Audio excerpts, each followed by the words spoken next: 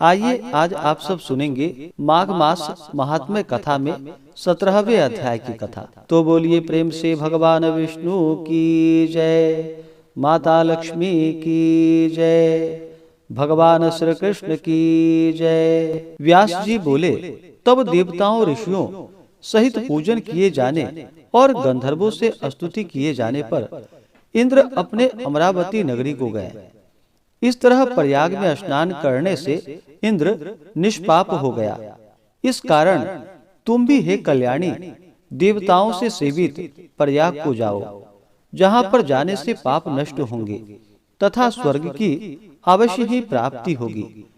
इस तरह से इतिहास सहित उनके मधुर वचन को सुनकर भ्रम में पड़ी हुई उस ब्राह्मण के पैरों पर गिरकर उसने प्रणाम किया। इस प्रकार संपूर्ण बंधुजन, दास दासी, घर धन तथा सब विषयों को छोड़कर तथा शरीर को क्षण भंगुर जान मैं घर से निकली और मैंने माघ महीने में गंगा यमुना के संगम में जाकर स्नान किया। हे वृद्ध निशाचर, उस स्नान के महात्म्य और 3 दिन के स्नान से मेरे पाप नष्ट हो गए और शेष 27 दिन के स्नान के पुण्य से देव तुल्य हुई और गिरिजा की प्रिय सखी होकर अपनी जाति की याद रखती हुई कैलाशपुरी में भ्रमण करती हूँ। हे क्रूर हृदय, बस मैं सब देवताओं के साथ माघ महीने में वहाँ स्नान करने जाती हूँ। हे राक्षस, तुम्हारे पूछने पर यह सब वृतांत मैंने तुमको प्रसन्न करने के लिए कहा। इसी तरह तुम भी मुझे मुग्ध करने के लिए अपना सब चरित्र कहो।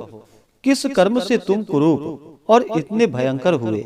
दाढ़ी, मूछ और बड़े बड़े दाढ़ वाले तुम पर्वत के कंदरा में क्यों निवास करते हो? राक्षस बोला, इच्छा की पूर्ति करने वाली एवं छिपी हुई बात को कहने वाली हे वामलोचने, मैं निस्संदेह कहूँगा, क्योंकि मुझ क्रूर जन्मा का शेष जीवन का उद्धार तुम्ही से शीघ्र होगा। इसलिए जो पाप मैंने स्वयं किया था उसे तुमसे कहता हूँ, उसे सुनो। मैं काशी में वेदों की अनेक ऋषाओं का ज्ञाता था। पुराने समय में बड़े ही उत्तम प्रिय कुल में पैदा हुआ था। हे भीरु, राजा पापी शूद्र तथा वैश्यों से निंदित और निषिद्ध बड़े बड़े भयंकर दान चांडालों से भी मैंने काशी में लिए तथा मुझ मूढ़ बुद्धि से और भी अनेकों पाप हुए हैं। हे वरवर्णिनी, अभिमुक्त क्षेत्र में कर्ण मात्र भी पाप करने से वह पाप सुमेरु पर्वत के सदृश हो जाता है। उस जन्म में मैंने थोड़ा भी धर्म का काम नहीं किया। तत्पश्चात बहुत दिनों के बाद वहीं पर मेरी मृत्यु हो गई। तीर्थ में मरने से मैं नरक में नहीं गया।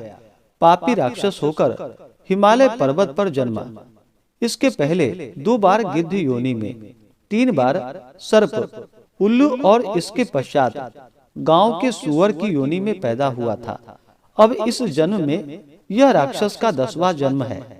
इस प्रकार 75,000 वर्ष व्यतीत हुए। हे प्रिय, इस स्थान से मेरा कल्याण नहीं है। हे शुभ्रो, इस स्थान को 3 योजन तक मैंने जंतु रहित कर दिया है। अपराध रहित बहु तेरे प्राणियों का मैंने संहार किया है। इन्हीं कार्यों से मेरा चित्त बराबर दहकता रहता है। तुम्हारे दर्शन को पाकर मेरे चित्त में कुछ शांति आई है। अब मैंने अपने दुख के ये सब कारण तुमसे कहे। हे कल्याणी, मैं इस दुख रूपी समुद्र से पार कैसे जाऊं? दत्तात्रेय जी बोले, ऐसा उसका वचन सुनकर चित्त में दया लाकर और धर्म की तरह मन लगाकर कांचन मालिनी ने कहा कि हे राक्षस, मैंने दृढ़ प्रतिज्ञा कर ली है। अवश्य शीघ्र ही तुम्हारी मुक्ति के लिए मैं प्रयत्न करूंगी। मैंने बहुत माघ स्नान किए हैं तथा ब्रह्म क्षेत्र प्रयाग में श्रद्धा पूर्वक मैंने जितने बार स्नान किया है उस धर्म की संख्या हे राक्षस नहीं है। मुनियों ने दुखी तथा दीनों की दान देने की प्रशंसा की है। इसलिए माघ महीने में एक बार स्नान करने का फल है। हे मित्र, शीघ्र ही पाप को नष्ट करने वाला है। उसी पुण्य को मैं तुझे देती हूँ, उससे तुझको अभी स्वर्ग की प्राप्ति होगी।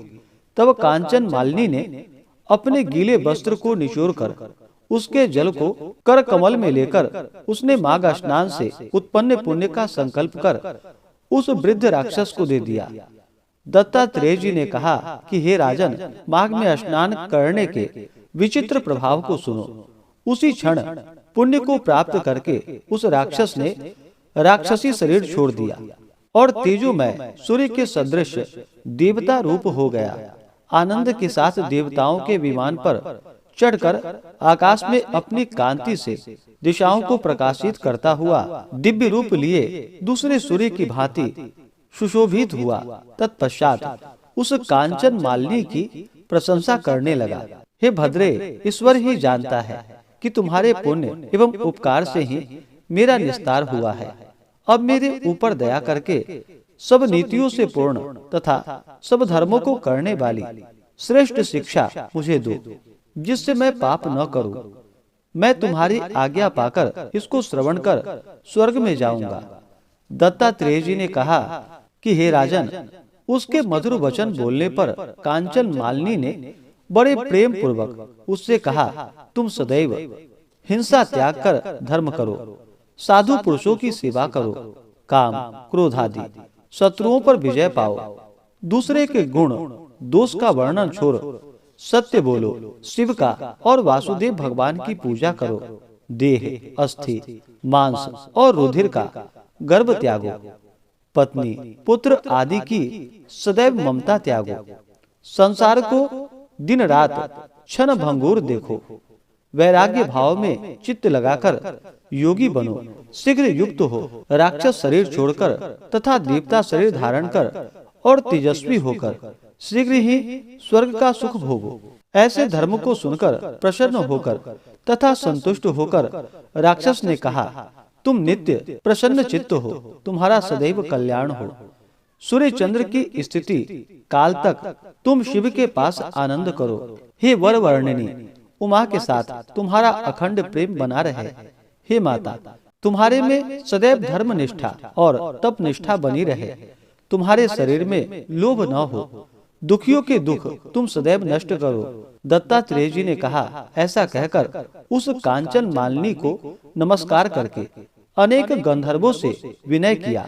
तत्पश्चात वह राक्षस स्वर्ग में गया।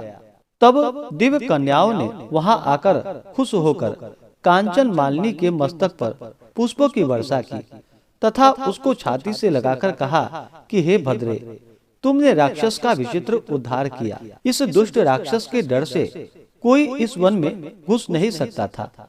अब हम लोग निडर होकर यहाँ पर आनंद पूर्वक विचरेंगे। दत्तात्रेय जी ने कहा कि हे राजन, वह परोपकारिणी गंधर्व कन्या कांचन मालिनी उनके वाक्य सुन सखी और कृतज्ञ हो उस राक्षस की मुक्ति पर प्रेम पूर्वक इनके साथ क्रीड़ा करती हुई शिव के स्थान कैलाश को गई। वर कन्याओं से कहे इस संवाद को जो मनुष्य भक्ति पूर्वक कहता या सुनता है उसको राक्षसों से रुकावट नहीं होती और उसकी बुद्धि सर्वदा धर्म में ही होती है। इस प्रकार से श्री पद्म पुराण के अंतर्गत माघ मास महात्म्य कथा में 17वें अध्याय की कथा पूर्ण हुई। तो बोलिए प्रेम से भगवान विष्णु की जय, माता लक्ष्मी की जय, भगवान श्री कृष्ण की जय। इसी प्रकार से आगे के अध्यायों को सुनने के लिए चैनल पे बने रहे। चैनल पे अगर आप पहली बार आए हैं तो चैनल को लाल बटन दबा करके सब्सक्राइब करें, साथ में बेल आइकन घंटी को दबाएं ताकि आने वाली वीडियो का नोटिफिकेशन आपको समय से मिलता रहे।